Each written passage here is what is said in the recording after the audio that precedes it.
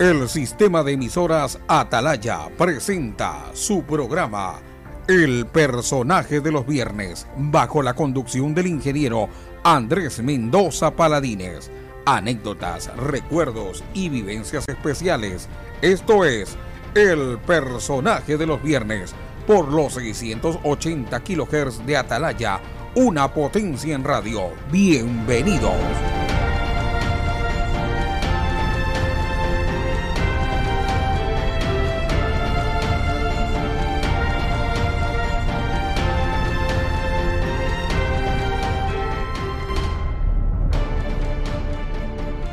Muy buenas tardes, amigos del Personaje del Viernes, rumbo a Carondelet. En esta época de campaña electoral estamos aquí dialogando ni más ni menos que con el coronel e ingeniero Lucio Gutiérrez Borbúa, expresidente constitucional de la República. Y coincide que sea en una fecha emblemática para todos los que nos siguen el Personaje del Viernes. Porque habrá gente joven que a lo mejor hace 21 años no lo recuerda, o si lo recuerda lo habrá estudiado en el colegio. Gente que, repito, tienen 21, otros podrán tener 26 años y eran muy chicos. Hace 21 años, un día como ayer, 21 de enero, se dio un movimiento muy especial. Yo no lo diría que fue un golpe, porque era un gobierno realmente nefasto, un gobierno que había perdido toda la legitimidad del expresidente Yamil Maguad y que se caía por su propio peso. Y un movimiento de coroneles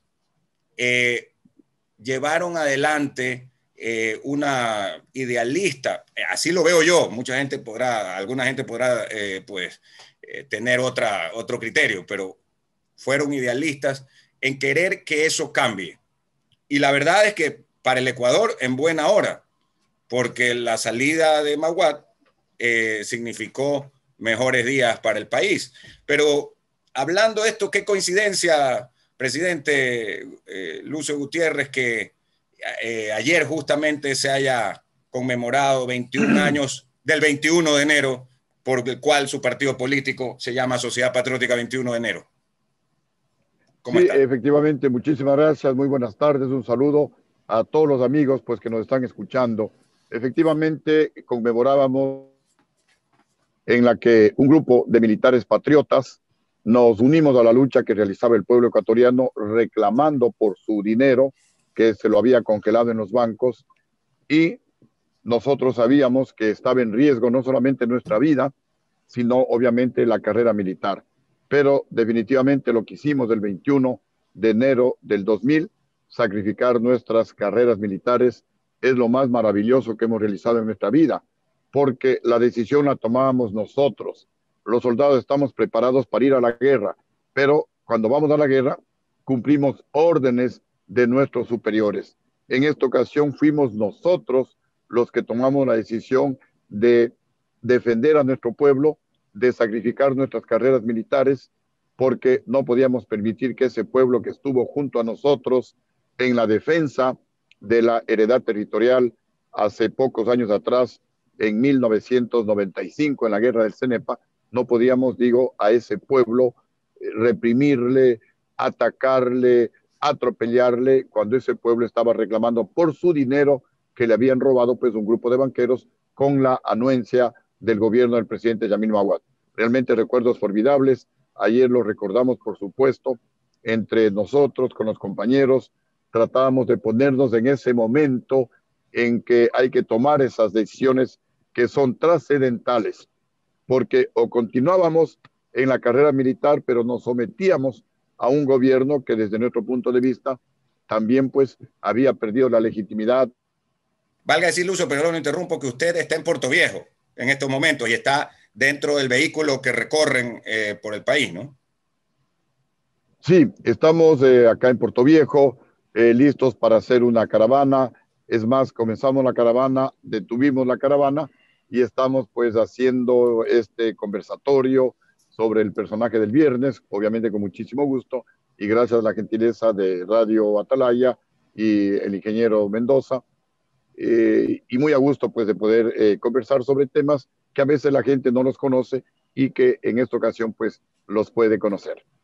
Claro que sí, yo lo interrumpí con eso cuando estuvo la llamada, usted estaba hablando de lo del 21 de enero y bueno, nos venimos para esta época porque luego del 21 de enero del año 2000, usted y varios de los coroneles, como se llamaba, se les decía en esa época, pero no solo eran coroneles, había capitanes, mayores de diferentes ramas de la Fuerza Armada y también de policía, fueron apresados, ¿no? Y fueron apresados, estuvieron privados de su libertad. Esto digo porque también habrá gente joven que dice, bueno, estas cosas se hacen, el país cambia, pero alguien es el que lleva, como quien dice, le toca pagar el piso por esas acciones, ¿no? Y ser cabeza de turco, digámoslo de una manera, Lucio.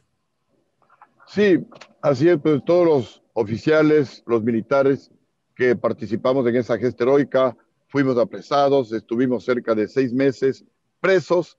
Ese fue el precio que tuvimos que pagar por nuestra osadía de luchar en contra de la corrupción, defendiendo al pueblo ecuatoriano. Pero definitivamente todos coincidimos en que haber sacrificado nuestras carreras militares en ese momento histórico fue lo más maravilloso, fue lo más sublime que hemos realizado en nuestras vidas, porque es muy fácil hablar, es muy fácil condenar la corrupción, pero no es tan fácil tomar la decisión de luchar de manera física, arriesgando no solamente la carrera militar, sino hasta la vida en esa lucha por un ideal, por defenderle a nuestro pueblo, porque las cosas cambien positivamente en el Ecuador. Ahora, después de 21 años, se ve pues la situación de manera fría, obviamente sin ese calor, sin esa adrenalina que significa tomar esa decisión de ir, de respaldar al pueblo ecuatoriano, de ingresar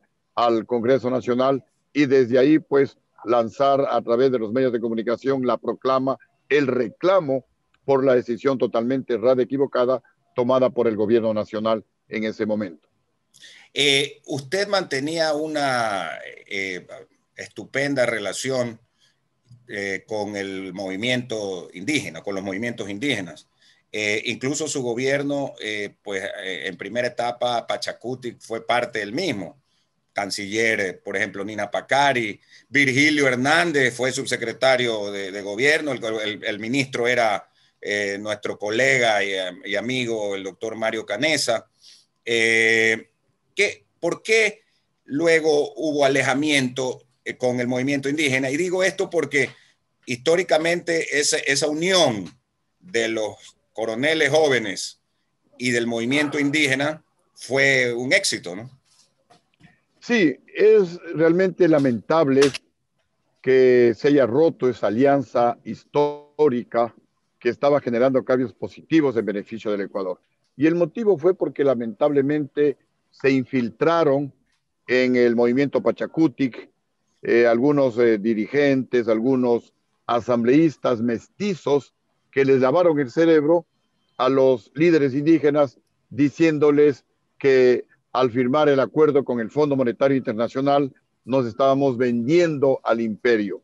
Y no entendieron los líderes indígenas en esa época lo que yo les decía, que la economía no se maneja ideológica ni políticamente, la economía se maneja técnicamente, la economía se maneja pragmáticamente y que los resultados de ese buen manejo económico, eso se invierte con filosofía social en beneficio de toda la nación, con prioridad a los más pobres del país. Eso no lo entendieron, lamentablemente se rompió ese acuerdo, pero en todo caso, en mi gobierno, los indígenas por primera vez fueron realmente poder.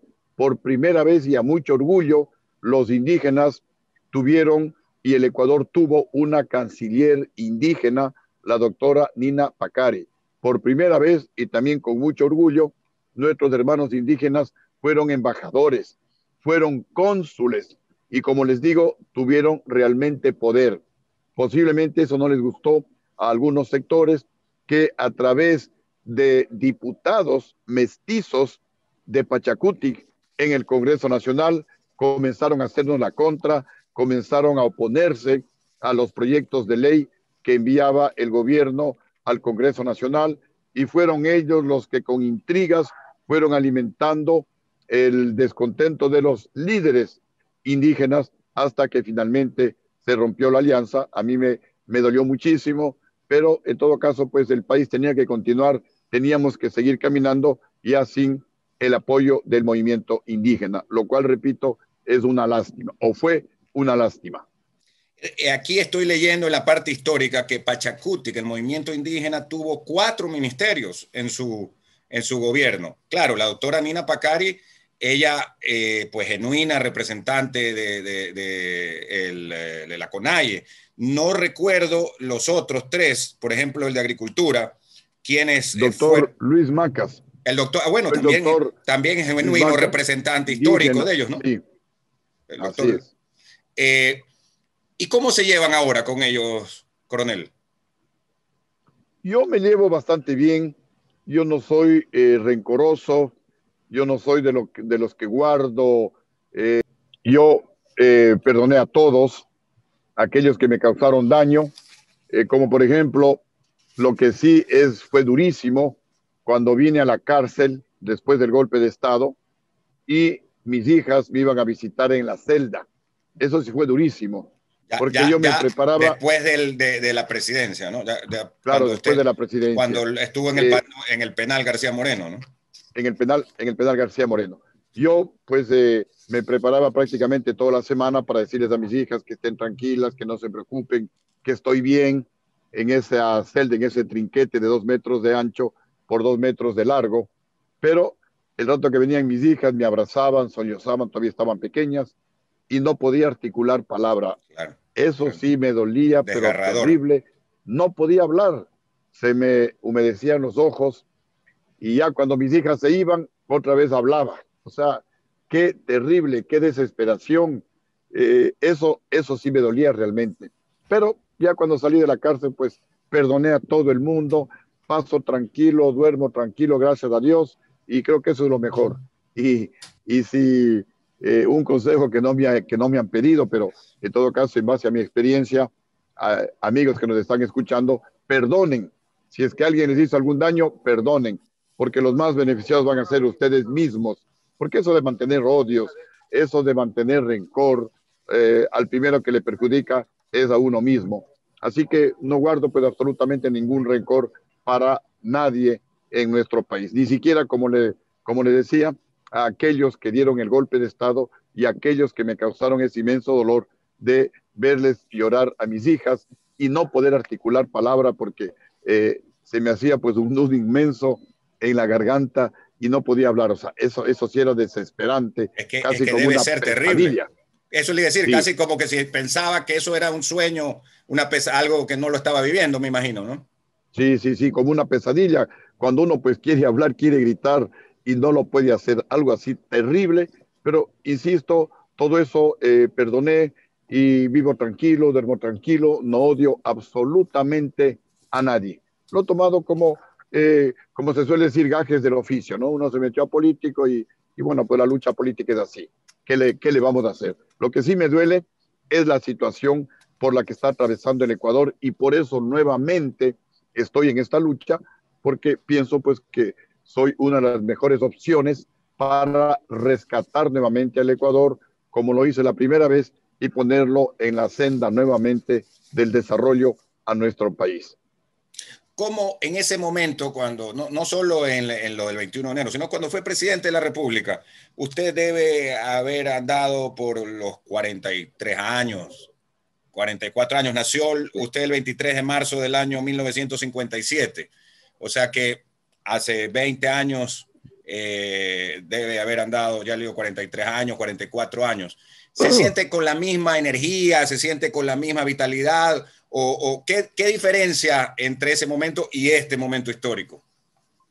A ver, efectivamente han pasado 20 años y ahora yo me siento con mucha mayor experiencia, con mucho mayor conocimiento, con mucha mayor madurez para tomar las decisiones que hay que hacerlas en beneficio de todos los ecuatorianos, con el único compromiso de mejorar la situación para el país. Es una edad pues en la que uno ya no puede dejarse deslumbrar, sino únicamente pues pedir a Dios que le dé la sabiduría para gobernar con justicia en beneficio de todos los ecuatorianos. Yo estoy convencido de llegar a la presidencia de la República con la experiencia que tuve como presidente, con los grandes aciertos que tuve como presidente, pero también con los hierros, con los errores, con las equivocaciones, que uno pues a veces se aprende más de los errores que de los aciertos, y entonces pues quiero ponerle todo eso a disposición del pueblo ecuatoriano. Y le decía, por eso estoy en esta lucha dura, esta lucha durísima. Nos enfrentamos a gente que tiene muchísimo dinero.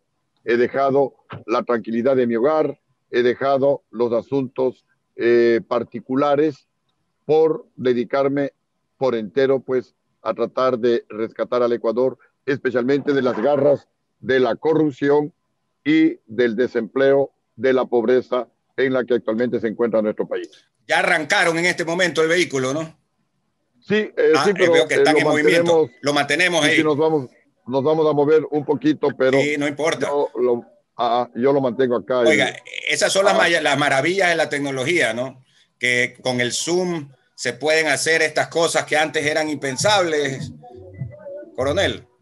Sí, así es, sí, ese es el tema de la tecnología, y nosotros pues en nuestro gobierno vamos a implementar el Ministerio de la Tecnología para convertir al Ecuador en un gobierno técnico y no burocrático, para que, por ejemplo, instituciones como el IES dejen de ser un botín político y una caja chica de los gobiernos de turno y pasen a ser una institución pública pero eficiente a través de la tecnología. Por ejemplo, en las aduanas, para que un contenedor no se demore 2 días, 3 días, sino 4 horas, máximo 6 horas, de tal manera pues de que ganemos todos. Gana el importador al retirar más rápido su contenedor, gana el pueblo, el consumidor, porque va a pagar menos por el producto, y también gana el gobierno, porque va a recaudar el doble, el triple de lo que actualmente está recaudando por el número de contenedores que se desaduanizan. Igualmente, pues, vamos a implementar la tecnología del blockchain, que esta es una excelente noticia. A ver, para los ecuatorianos. Explíquenos lo del blockchain. A ver, el blockchain es una tecnología que la están utilizando algunos países del primer mundo, entre ellos los países bálticos.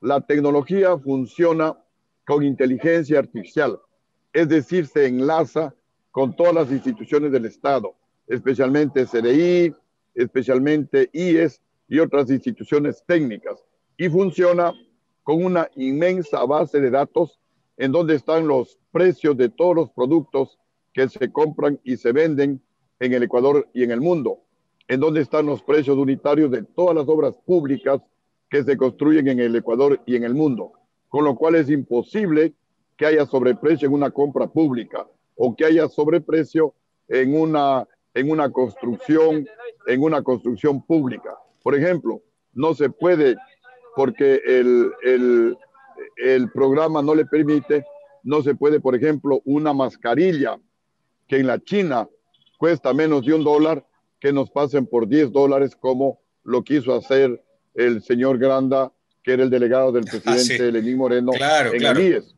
Hace poquito. Imposible que, por ejemplo, una funda para embalar cadáveres que cuesta $12 en el mercado nos pasen por $140. Imposible que el kilómetro de una autopista que en el mundo cuesta alrededor de $1 millón nos pasen por $3 millones, como ocurrió en el gobierno de Rafael Correa. Inclusive imposible que un proyecto hidroeléctrico, que 1 megavatio cuesta aproximadamente $1 millón, $1,5 millones, nos pasen por 2 y hasta por $3 millones cada megavatio. Con el blockchain se acabaron los sobreprecios, se acabó la corrupción, y ahí nos estaremos ahorrando otros 3,000 a 4,000 millones de dólares que actualmente se roban por los sobreprecios, por las coimas que se dan en la obra pública. Igualmente imposible que suceda lo que pasa en los hospitales públicos, en los hospitales del IES, también en el Ministerio de Obras Públicas y también en las alcaldías y en las prefecturas, que compran 2, 3 veces el mismo repuesto para un vehículo o 2 o 3 veces los mismos medicamentos, Claro, porque a través eso del no puede ser. blockchain se hace un seguimiento. El Pero blockchain, en definitiva, es una... sería junto con el CERCOP. O sea, este blockchain es un proceso que le añadirían al CERCOP, o habría una reforma legal al famoso contratación pública. Esa ley de contratación pública hay que botarla, incendiarla, hay que pulverizarla, porque la hicieron justamente para robarle al Estado ecuatoriano. Eso del CERCOP es un antro de corrupción. Eso Sí, tiene que es verdad, desaparecer. es Y con verdad. el blockchain, para tener también una idea, ¿no? Es como cuando uno ingresa, por ejemplo, al IES y pone mala cédula. El, el programa no continúa hasta que ponga bien la cédula. Algo más o menos parecido. Queremos comprar un producto. Si no le ponemos el precio que realmente consta en el mercado, el programa no continúa. No se le puede poner $1 más, sino si dice $12 que cuesta una funda para embalar cadáveres, hay que comprar en $12. Ya no le puede poner ni 15 ni 20 porque el programa le rechaza, el programa no continúa. Y esto del blockchain, de alguna manera, es la actualización de la ley de transparencia y acceso a la información que lo aprobamos en nuestro primer gobierno, pero que lamentablemente Correa le echó al tacho a la basura, porque esa ley de No, acceso no le gustaba eso, pues tenía que dar la no le información, no gustaba. le gustaba.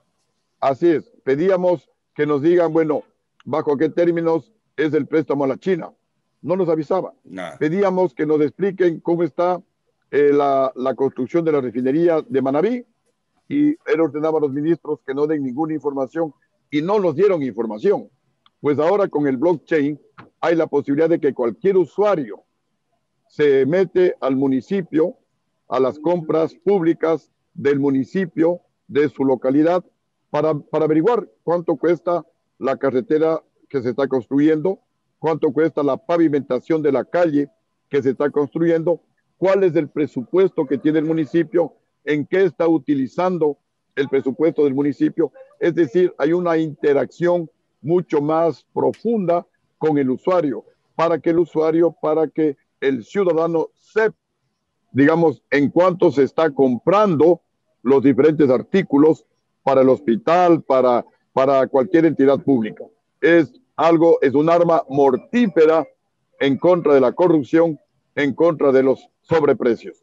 Vamos a ir a la pausa comercial, pero antes de eso, y ya que estamos dialogando con el coronel ingeniero Lucio Gutiérrez, ¿por qué cree usted que a pesar de todos los perjuicios de corrupción que hubo en el gobierno de Rafael Correa, en la provincia donde usted está en este momento recorriendo, en Manabí, ¿por qué tienen una tan alta votación el correísmo, ya sea con lista 35, con lista 5, y dicen que sigue teniendo ahora que son lista 1?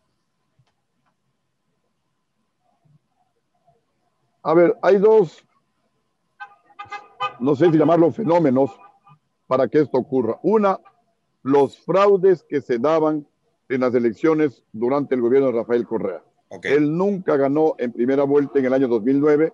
Recordemos que en Guayaquil, en las instalaciones de Santa Isabel, se descubrieron se descubrió un centro de cómputo. Recordemos, un gigante centro de cómputo. Así es, la población votó porque haya segunda vuelta electoral, y en la segunda vuelta electoral perdía Rafael Correa, entonces tenían que hacerle ganar en una sola vuelta. Y lo propio ocurrió en las elecciones del 2013. En una de esas elecciones se repitieron las elecciones en el cantón Balsar, en donde hablemos de la primera vuelta, pero habían papeletas a favor de Lucio Gutiérrez hasta votadas en la calle.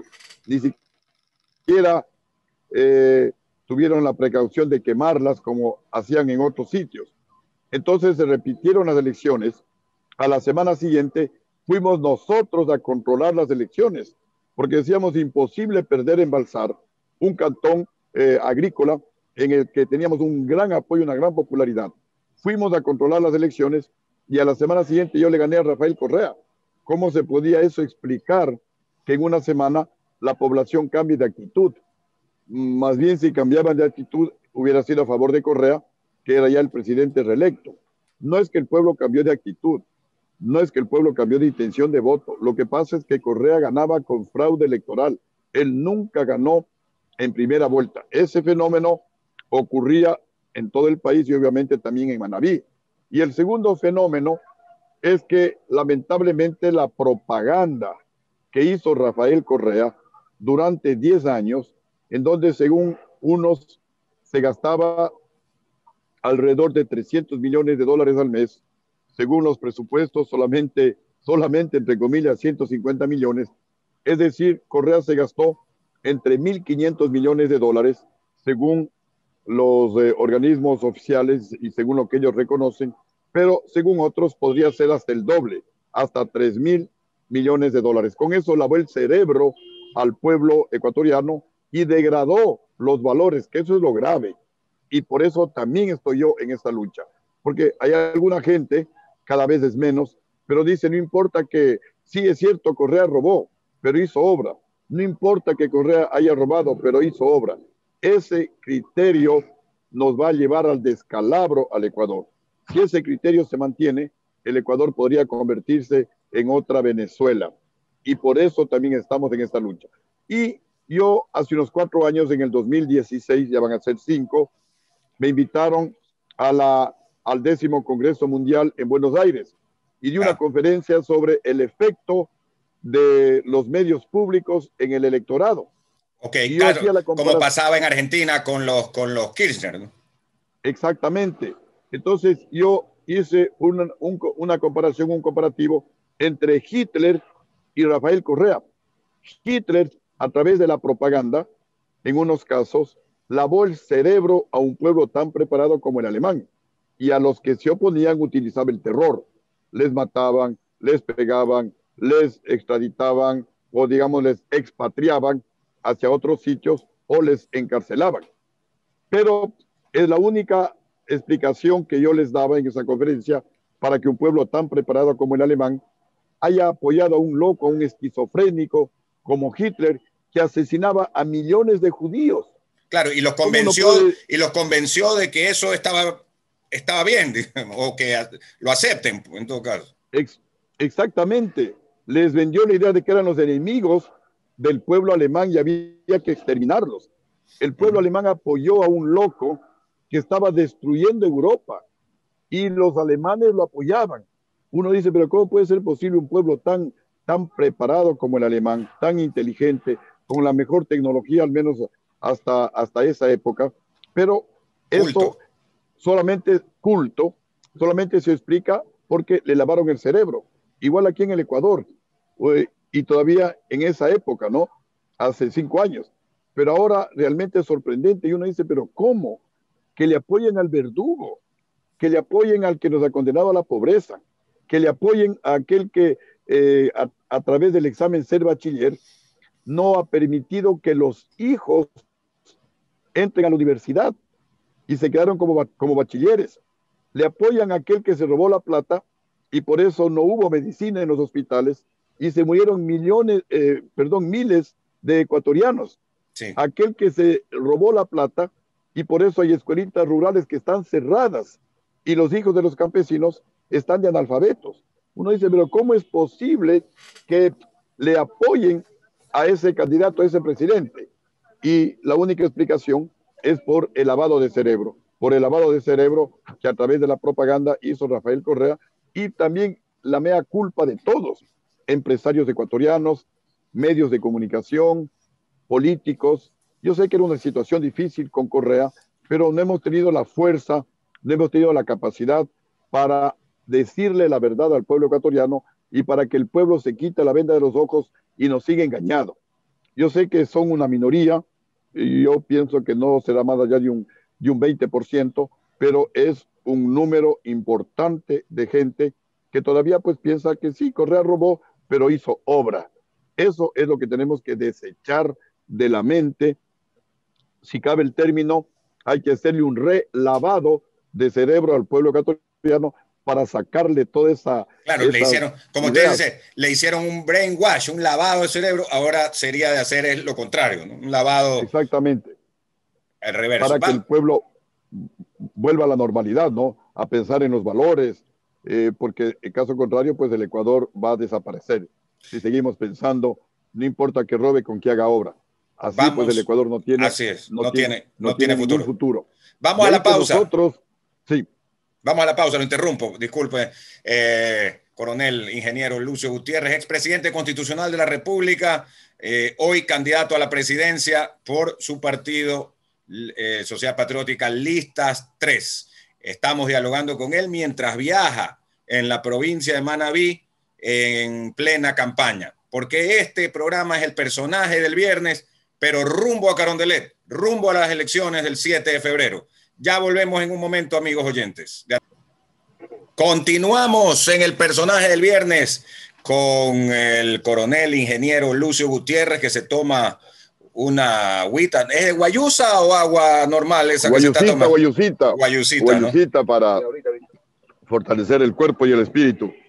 Oiga, y a propósito, lo vimos en un TikTok, está haciendo algunos TikTok sobre las propiedades formidables de la guayusa, ¿no? Sí. Es algo que me entusiasma la guayusa y me puedo quedar hablando una hora sobre la guayusa, pero una vez que ya terminemos la campaña vamos a retomar. Es un emprendimiento maravilloso, es una bebida realmente igualmente maravillosa, disculpen la redundancia, porque trae una serie de beneficios para el ser humano, que poco a poco va a ser un boom en el Ecuador y en el mundo. Oiga, Luz, estoy viendo aquí, nos enseña nuestro productor, Gabriel Maurat. Mire, este TikTok que sale usted, ¿qué significa este? Usted sí, a ver, todos los TikTok que hemos realizado son para llegar con un mensaje firme a los jóvenes de que tenemos que pulverizar, tenemos que erradicar la corrupción. Por eso es la bazuca, y a veces, por eso la bazuca. A veces cuando recorro me dice la bazuca, Lucio. La bazuca. Es la bazuca, los disparos, el Terminator, este TikTok, todo encaminado a nuevamente que el país y sobre todo los jóvenes decirles, si seguimos con la corrupción, el Ecuador no tiene salida. Hay que terminar la corrupción es la madre de todos los males en el Ecuador. Por la corrupción no hay inversión en el Ecuador, por la corrupción el desempleo, por la corrupción la pobreza, por la corrupción no hay hospitales, no hay carreteras de buena calidad. Aquí en Manabí, las carreteras destruidas, las construyó Correa con sobreprecio y destruidas. No tienen base, no tienen subbase, una capita de asfalto pequeñita, y cuando se cuartean, uno se ve que debajo no hay base, no hay subbase. ¿Cómo pudieron hacer carretereras así? ¿Se acuerda en la Vía del Sol, en la provincia de Santa Elena, que le pusieron arena del mar, en lugar de poner del mar, en lugar, usted sabe, porque usted es ingeniero civil, o sea que sabe. Claro, exacto, sí, o sea, terrible lo que ha sucedido, y por eso es ese mensaje en el TikTok de la corrupción. Todos contra la corrupción, todos contra la corrupción, que le disparamos a la corrupción, el Terminator hasta la vista, corruptos, todo es el mensaje hacia la corrupción para que los jóvenes también se empoderen de que la corrupción es la madre de todos los males. Los jóvenes no pueden entrar a la universidad por la corrupción. Los jóvenes no tienen empleo por la corrupción. Hay que erradicar la corrupción. Está nuevamente usted en esta campaña con el traje verde, el traje de campaña no de electoral nada más, sino de campaña como militar. ¿Por qué esto la gente lo debe recordar mucho como coronel, ¿no? ¿O qué le han dicho sus asesores? Sí, también tiene algunos significados. Primero, es el verde oliva, es del color de nuestro partido político, nuestros colores, nuestra bandera es verde olivo y rojo. Segundo, porque el verde es sinónimo, es mensaje de esperanza, de que las cosas van a mejorar, de traerle paz, de traerle tranquilidad al pueblo ecuatoriano. Y tercero, también es un símbolo, es recordarle al pueblo ecuatoriano que igualmente hoy tenemos que todos unirnos para combatir la corrupción. De ahí que en nuestro nuevo Código Orgánico Integral Penal tenemos cambios trascendentales. Vamos a sancionar con cadena perpetua a todos los políticos y funcionarios públicos que se roben el dinero del pueblo ecuatoriano. Le daremos un plazo de 3 meses para que devuelvan la plata robada. si no devuelven la plata robada, todo su entorno, sean familiares o no sean familiares, previamente investigados, irán a la cárcel hasta que devuelvan la plata robada. Es decir, si yo soy presidente, a mí no me van a hacer lo que hoy están haciendo en el país. Van a la cárcel 2, 3 años, no devuelven $1 y salen a disfrutar de los millones que se robaron. Claro. Si yo soy presidente, eso se acabó. Porque también habrá sanción de cadena perpetua para los jueces y fiscales que cobran por las sentencias. Por eso es que Rafael Correa está prófugo en Bélgica, por la corrupción de los jueces y fiscales. Por la corrupción de los jueces y fiscales están 2, 3 años presos, no devuelven $1 y salen a disfrutar de los millones que se robaron. Por los jueces corruptos les avisan a los delincuentes para que fuguen a México, para que fuguen a Venezuela, y de esa manera se están burlando de la justicia. Pero también vamos a aprobar una ley complementaria a la que se acaba de aprobar en el Congreso Nacional, la ley de extinción del dominio. Nosotros venimos hablando desde el año 2019 de la necesidad de aprobar en consulta popular la ley de justificación y confiscación de bienes, que es una ley abierta, que es una ley... No la actual, pues... la actual, la que se acaba de aprobar, ¿o es otra? Esta es otra ley. Ok. Es otra ley que, si se quiere, complementaria, porque la actual que se acaba de aprobar comienza a funcionar desde cuando se publicó en adelante. Esta ley de justificación y confiscación de bienes es una ley de investigación. Ah, ok, es una ley de investigación. Claro. Y que utiliza mucho la matemática. Y dice, a ver, ¿cuáles fueron sus ingresos, señor expresidente, señor exministro, señor exprefecto, señor exalcalde? Sus ingresos en todos estos años son tantos. Los egresos son tantos, el saldo debe ser tanto. ¿Por qué usted tiene una fortuna, no sé, pues descomunal? ¿Por qué usted tiene tanto? Entonces lo que no se justifique será incautado en beneficio del pueblo ecuatoriano. Otro cambio trascendental. Vamos a eliminar las palabras reservado y confidencial en la fase de investigación previa en los juicios contra la administración pública. Porque hemos ido a investigar cómo está, justamente para venir acá a Manabí, me fui a averiguar cómo está el juicio por los $1.500 millones que se robaron por la fallida refinería de Manabí, y no me dan información. Ah, no le dan información. ¿Y por qué? No dan información. ¿Por qué? Porque es reservado. Pues ese es uno de los más grandes escándalos que puede haber, claro. Exacto. Pedí información sobre la refinería de Esmeraldas, porque también voy a Esmeraldas. No le podemos dar, ¿pero por qué? Si soy ecuatoriano, soy candidato a la presidencia. No, porque eso es reservado. Pues dije, a ver, esto se acabó. Vamos a eliminar la palabra reservado de la fase de investigación previa en los delitos contra la administración pública, porque todos los ecuatorianos necesitamos saber qué se está haciendo, y no se está haciendo nada.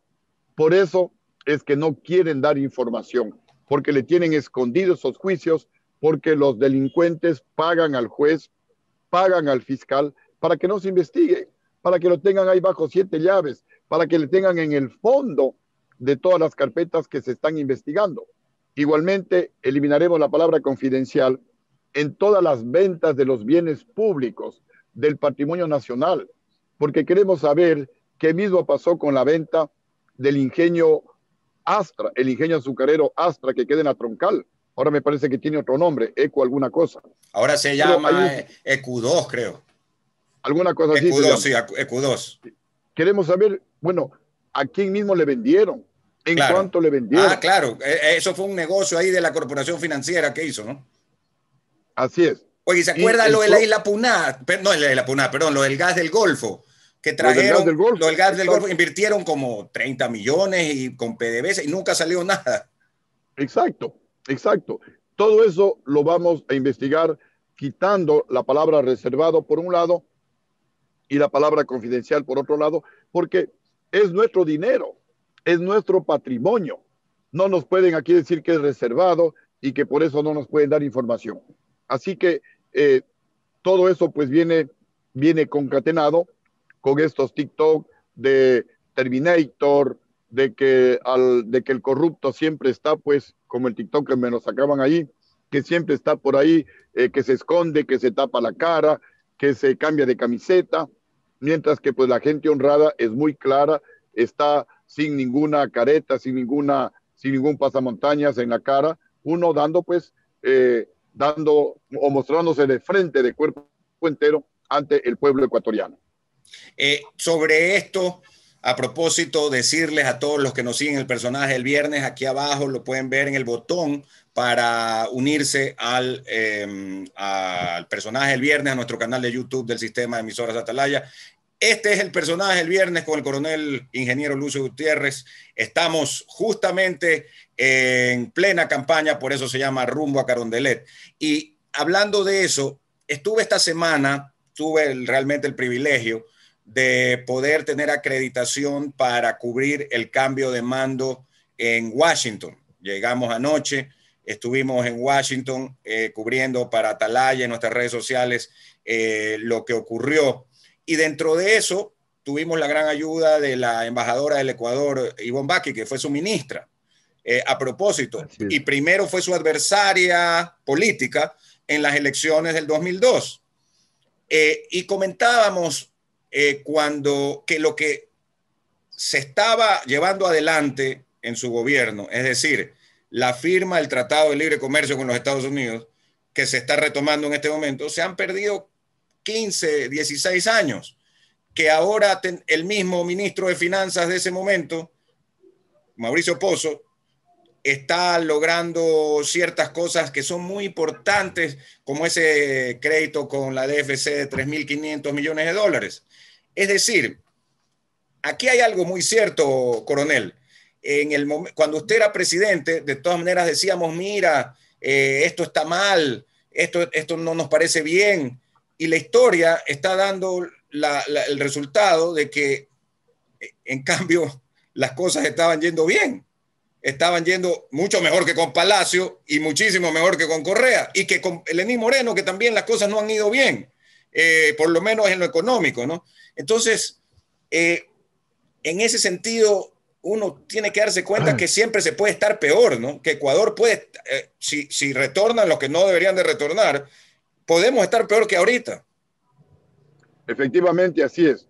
Justamente la nostalgia que tengo, la pena que tengo, es que si los generales del mando militar del año 2005, en definitiva 4 generales y 2 vicealmirantes, no me quitaban el respaldo, no daban el golpe de Estado, el Ecuador estaría un sitial, pero completamente diferente a lo que hoy nos encontramos, porque crecíamos en el año 2004-2005 al 8.82%, más que Chile. Chile crecía como el 7%. Recibíamos más inversión extranjera que Chile, como 1.600 millones de dólares.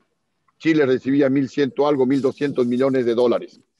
Si hubiéramos firmado los acuerdos comerciales en el año 2005, tanto con la Unión Europea como los Estados Unidos, yo les decía que las inversiones en el Ecuador se iban a triplicar, a cuadruplicar, que el empleo se iba a duplicar, que las exportaciones se iban a duplicar, a triplicar. Pero me quedé corto en el análisis, porque las inversiones en los países que sí firmaron los acuerdos comerciales con los Estados Unidos y con la Unión Europea, las inversiones se multiplicaron por 15. Colombia, porque Perú. En el caso, nuestro vecino, sí, en el caso del Perú, que recibía como 900 millones de dólares de inversión, casi la mitad de lo que nosotros recibíamos, ahora pues bordea 12.000 millones aproximadamente al año de inversión extranjera. Colombia, que recibía como 1.000 millones de dólares en esa época, hoy recibe como 16.000, 15.000 millones de dólares. Y Chile bordea los 18.000 millones de dólares. Es decir, si seguimos ese mismo razonamiento, el Ecuador debería haber estado recibiendo 23, 25.000 millones de dólares. Imagínense, especialmente ustedes jóvenes, la cantidad de trabajo que se habría generado en el Ecuador. Actualmente, ¿qué es lo que pasa? Ni siquiera han sido capaces de mantener la inversión que había hace 15 años, 1.600, 1.800 millones de dólares, porque la inversión actualmente es 300, 400, tal vez 500 millones de dólares. En lugar de avanzar, hemos retrocedido. Claro. Y hasta en la administración de Petroecuador, estábamos revisando los datos en mi gobierno, yo recibí una producción diaria de petróleo de 350 a 360 mil barriles diarios de petróleo, algo parecido con lo que tenía Colombia. Se hizo una política más o menos conjunta con los colombianos y nos fijamos el objetivo de llegar al 1.000.000 de barriles diarios de petróleo. Cuando hubo el golpe, nosotros ya estábamos en 550.000, 560.000 barriles diarios de petróleo. Se incrementaron casi 200.000. Hubo el golpe y la producción bajó como a 400 y pico de miles de barriles diarios. Y han pasado 15 años ecuatorianos y estos gobiernos han sido tan incapaces, han sido tan mediocres, que ni siquiera lograron mantener la producción que teníamos en el gobierno de Lucio Gutiérrez de sobre los 550.000 barriles diarios de petróleo. Actualmente se bordea los 500.000 barriles diarios de petróleo, cuando Colombia ya pasó el 1.000.000 de barriles diarios de petróleo. Si no había el golpe, así es, lo contrario. Si no había el golpe, conmigo, el Ecuador hubiera estado sobre los 700.000 y a estas alturas ya se debía haber pasado de una producción diaria de petróleo del 1.000.000 de barriles diarios, como sucede en Colombia. Entonces, no solamente fue en el manejo netamente económico, sino también en el manejo de las inversiones, en el manejo de la producción diaria de petróleo, que realmente los logros de nuestro gobierno son los mejores, como lo dice el Banco Central, como lo dice el INEC, como lo dice la Flaxo, de toda la historia del Ecuador. El gobierno que más redujo la pobreza es el mío, el gobierno que más redujo la desnutrición infantil, y todo con cifras. Esto en una conferencia que yo daba en la Flaxo, algunos de los profesores, creo que era el rector de la Flaxo, doctor Ponce, se paró y dijo, sí, mire, aquí hemos hecho estudios, hemos hecho tesis, y no solamente que se redujo, que usted tiene el récord de la mayor reducción anual de la pobreza de toda la historia, sino la mayor reducción de la desnutrición infantil, que lamentablemente después con Correa, más bien en algunos casos se incrementó. Esto es lo que a mí me duele, esto es lo que a mí me preocupa, ecuatorianos, y por eso nuevamente pues estoy en esta lucha, dejando la tranquilidad de mi hogar, dejando la tranquilidad de mi emprendimiento de guayusa, que ya debería estar vendiendo la guayusa a los centros comerciales del Ecuador, pero lo tengo ahí un poquito para después. Parada para después, así es. Coronel, una última inquietud. Antes de eso, por favor, envíele mis consideraciones y muchos saludos a su señora, a la doctora Jimena Borges, que es una figura muy querida y apreciada en el país. Muchas gracias. Sí, de nada. Usted ya tuvo COVID y le dio fuerte. Sí. ¿Qué debemos de hacer? Porque creo que una de las cosas principales es vacunar a todo el mundo. En su gobierno hubo una campaña, bueno, su esposa es doctora, pues, ¿no? Es médico, y hubo una campaña, recuerdo yo, de vacunación masiva para otros temas, no existía el COVID-19 en ese momento, pero en este caso, ¿qué debemos de hacer? Porque de lo contrario no va a crecer la economía, de lo contrario van a seguir las muertes, de lo contrario, no vamos a salir de esta situación.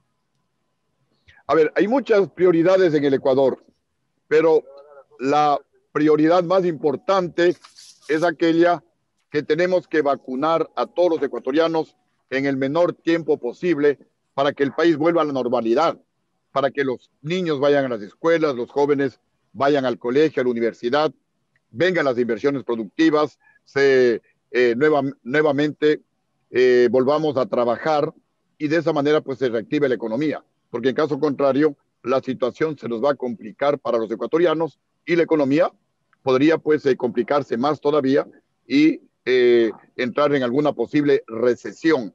Así que tenemos ese proyecto de vacunar al Ecuador en el menor tiempo posible, de fortalecer el sistema de salud pública, de equipar adecuadamente los hospitales, de contratar más personal médico. Y en este tema, pues obviamente, como ya usted lo mencionó, me va a ayudar muchísimo mi esposa para que vacunemos en el menor tiempo posible a los ecuatorianos. También permitiremos que la empresa privada pueda comprar el número de medicinas que sean necesarias. Lo que sí tenemos que garantizarle al pueblo ecuatoriano que la vacuna tendrá que ser aquella que ojalá no deje un solo efecto secundario. Ojalá aquella vacuna que no deje secuelas, porque también pues hay información que un poquito nos ha preocupado de que personas que se han vacunado en Alemania y en el Reino Unido y en otros países efectos secundarios. Han tenido efectos secundarios. Entonces, pues eso tendrá que ser aclarado para que no haya ningún problema en el caso de la vacuna a nuestro país, que tendrá que ser, repito, masiva. El Estado tendrá que garantizar la vacuna, pero también en coordinación con el sector privado, permitirle que el sector privado también importe vacunas para aquellos que se puedan pagar la vacuna y vacunarse. De acuerdo con inmediatamente. Usted. Así es. Lo haga, se puedan vacunar en el menor tiempo posible. Coronel, aquí estoy viendo y con esto terminamos. En su gobierno, año 2004, ministro Lama, es decir, el doctor Teófilo Lama, que no recordábamos que había sido su ministro de Salud, un prestigioso galeno, dueño de la clínica Kennedy, decía, campaña de vacunación contra la rubiola y el sarampión, obligatoria en todo el Ecuador. Esa es a la que yo me refería, porque me acuerdo que me vacunaron en Radio Atalaya, fueron y nos vacunaron a todos. Entre los 16 y 39 años de edad, 5 millones de personas. La OPS apoya esta campaña y no se podía salir del país sin tener esa vacunación contra la rubiola y el sarampión. Fue así, ¿no? Así es, sí. Hay una experiencia en ese tema. Ojalá pues podamos también pedirle el apoyo al doctor Teófilo Lama para que nos dé pues también su experiencia en esta vacunación masiva. Tenemos un plan para también capacitar al personal de Fuerzas Armadas, al personal de la Policía Nacional, porque, repito, tendrá que ser una vacunación masiva al sector público. Todos se capacitarán en el menor tiempo posible para realizar una vacunación masiva, de tal manera que en el menor número de meses que sea posible, todo el país esté vacunado para que vuelva a la normalidad a todas las actividades, el fútbol, el trabajo, el estudio, las inversiones, todo tiene que volver a la normalidad lo más rápidamente posible. Muchas gracias, coronel ingeniero Lucio Gutiérrez, expresidente constitucional de la República, que ha estado con nosotros en el personaje del viernes. A propósito, ustedes aquí en el botón que ven aquí abajo, en los botones, pueden inmediatamente afiliarse o suscribirse al canal de YouTube de Atalaya. Que tenga un muy buen fin de semana, Lucio. Que pase a la orden, Atalaya, a la orden, mi Ecuador. Muy bien. Buenos días. Muy buenos días. Y para mañana, a los que nos siguen el personaje del viernes, los sábados a las 9 de la mañana se reprisa y los domingos a las 7 de la mañana. Lo pueden seguir por Facebook Live, Radio Atalaya 680M, también por Twitter, @680 Radio Atalaya. Ya volvemos. Gracias.